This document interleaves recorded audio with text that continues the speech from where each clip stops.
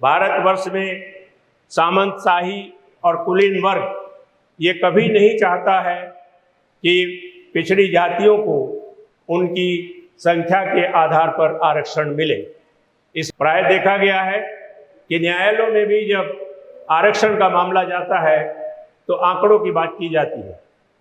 और आंकड़े उपलब्ध न होने के कारण उस आरक्षण के मामले को खटाई में डाल दिया जाता है। तो तब भी जातिगत जनगणना की सुध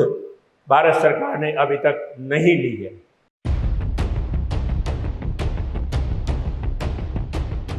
Our chief guest, respected Pushpanathan Wilson, Professor Suraj Mandal, Professor Ratan Lal, Professor Rajendra Verma, District Judge retired Shri Naqvi साहब और इस सभागार में उपस्थित सभी रेस्पेक्टेड ऑडियंस, आज का ये सामाजिक न्याय सम्मेलन और इस सामाजिक न्याय सम्मेलन में प्रबुद्ध लोगों के द्वारा दिया गया अपना वक्तव्य जातिगत जनगणना और मंडल आयोग की रिपोर्ट, इन दोनों विषय पर विस्तृत जानकारी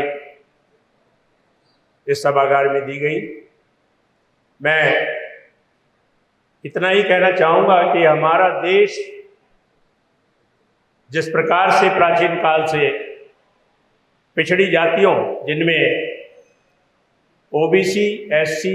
एसटी और माइनॉरिटी सम्मिलित रही हैं, एक विशेष वर्ग से, कुलीन वर्ग से त्रस्त रहा है और 1935 में, बल्कि 1935 से पहले ही शुरू हो गया था कि पहचान किया जाए भारत में उन जातियों की जिनको एक तरह से पिछड़ा रखा गया है, दलित रखा गया है और उनको नागरिक अधिकारों तक की उपलब्धता नहीं है। अंग्रेजी शासनकाल में ये शुरुआत हुई थी तो कैटेगरीज बनी, 4 वर्ग यहाँ पर बने, ST schedule caste, SC schedule caste, ST schedule tribe, OBC backward classes और जनरल क्लासेस। इन जातियों को संकलित करके अलग अलग वर्गीय में बांटा गया। जातिगत जनगणना 1931 के बाद नहीं हुई, जो हुई भी तो वो प्रकाशित नहीं हुई, क्योंकि 1941 की जातिगत जनगणना द्वितीय विश्व युद्ध के कारण डिस्टर्ब हुई और हाल ही में 2011 में जो जातिगत जनगणना कराई गई थी, जिस पर कई हजार करोड़ रुपया खर्च भी किया गया था, वो तक के आंकड़े भी उपलब्ध नहीं कराए गए। 1931 की जातिगत जनगणना के आधार पर ही बीपी मंडल जी ने अपनी रिपोर्ट तैयार की थी और उन्होंने अपनी रिपोर्ट में साफ लिखा है कि हमारे पास जातिगत आंकड़े 1931 की जनगणना के आधार पर जो उपलब्ध रहे, उन पर हमें तैयारी करने में काफ़ी मुश्किल आई और उन्होंने रिकमेंड भी किया कि जातिगत जनगणना होनी चाहिए। अब जातिगत जनगणना नहीं हुई, अभी तक नहीं हुई, जो एक आवश्यक है पिछड़े समाज के लिए कि जब तक उनको गिना नहीं जाएगा, जब तक उनकी पहचान नहीं होगी, जब तक यह नहीं पता चलेगा कि कौन वर्ग कितना कमज़ोर है और भारत के स्रोतों में उन्हें कितना अधिकार मिलना चाहिए, तब तक ये तय नहीं हो सकता जब तक जातिगत जनगणना हमारे पास आंकड़े न हो। प्राय देखा गया है कि न्यायालयों में भी जब आरक्षण का मामला जाता है तो आंकड़ों की बात की जाती है और आंकड़े उपलब्ध न होने के कारण उस आरक्षण के मामले को खटाई में डाल दिया जाता है, तो तब भी जातिगत जनगणना की सुध भारत सरकार ने अभी तक नहीं ली है। हाल ही में 2 प्रकार से जातिगत जनगणना का प्राविधान है। भारत सरकार जनसंख्या अधिनियम जो है उसके अंतर्गत जातिगत जनगणना कराती है, परंतु राज्यों को भी जातिगत सर्वे कराने का एक अधिकार मिल चुका है और उसी के आधार पर बिहार सरकार ने जो जातिगत आंकड़े जुटाए उनके आधार पर पाया गया कि 1931 की जनगणना के बाद वर्तमान समय में जो पिछड़ी जातियों की स्थिति है वो संख्या के आधार पर बढ़ चुकी है। इसलिए उन्होंने आरक्षण को भी उसी अनुरूप बढ़ाया, परंतु भारतवर्ष में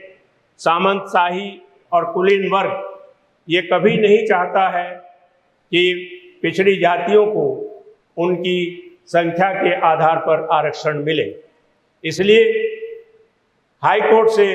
वो मामला टर्न डाउन कर दिया गया,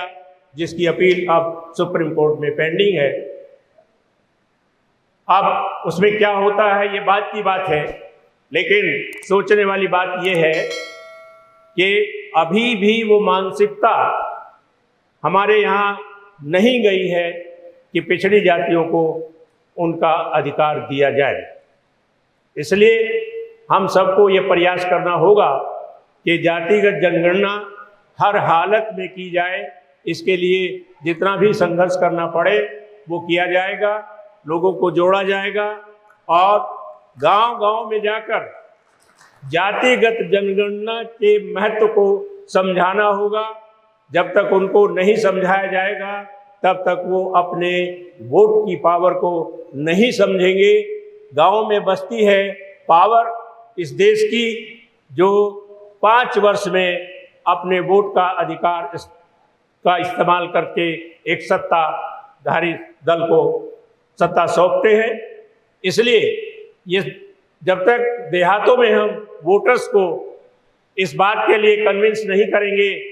कि आपको किस प्रकार से आपके अधिकार मिलने चाहिए और आपके वास्तविक संवैधानिक अधिकार क्या हैं, भारत में आपकी कितनी जो है हिस्सेदारी है। इसलिए जनसंख्या के अनुपात में आरक्षण आवश्यक है। 50% का कैप जो लगा हुआ है, जो किसी कानून से नहीं है, केवल सुप्रीम कोर्ट के एक जजमेंट से है, उसको हटाना होगा और जनसंख्या के आधार पर आरक्षण ही नहीं बल्कि देश के सभी स्रोतों में अपनी हिस्सेदारी मांगनी होगी, जिसको हम आरक्षण ने कहकर अपना प्रतिनिधित्व कहेंगे कि हमारी जितनी संख्या है उतना प्रतिनिधित्व हमें मिलना चाहिए। काफ़ी समय आप लोगों का हम ले चुके हैं और ज़्यादा समय न लेते हुए बस मैं इतना ही कहना चाहूँगा कि जातिगत जनगणना अति आवश्यक है। संविधान की जानकारी, मंडल रिपोर्ट की जानकारी, जिसके आधार पर आप थोड़ा बहुत आगे आरक्षण पाकर बढ़े हैं, उसकी पूर्ण जानकारी होना आवश्यक है। और ये सभी सामाजिक संगठनों का, सामाजिक न्याय के संगठनों का, जातीय संगठनों का और पढ़े लिखे लोगों का सबका एक दायित्व बनता है कि वह इसकी जानकारी उस दूर दराज पर, आखिरी पायदान पर खड़े हुए व्यक्ति को अवश्य कराएं, ताकि वो जागृत हो और अपने अधिकारों की मांग अपनी संख्या के आधार पर कर सके। इन्हीं शब्दों के साथ मैं आप सभी का आभार प्रकट करता हूं। धन्यवाद।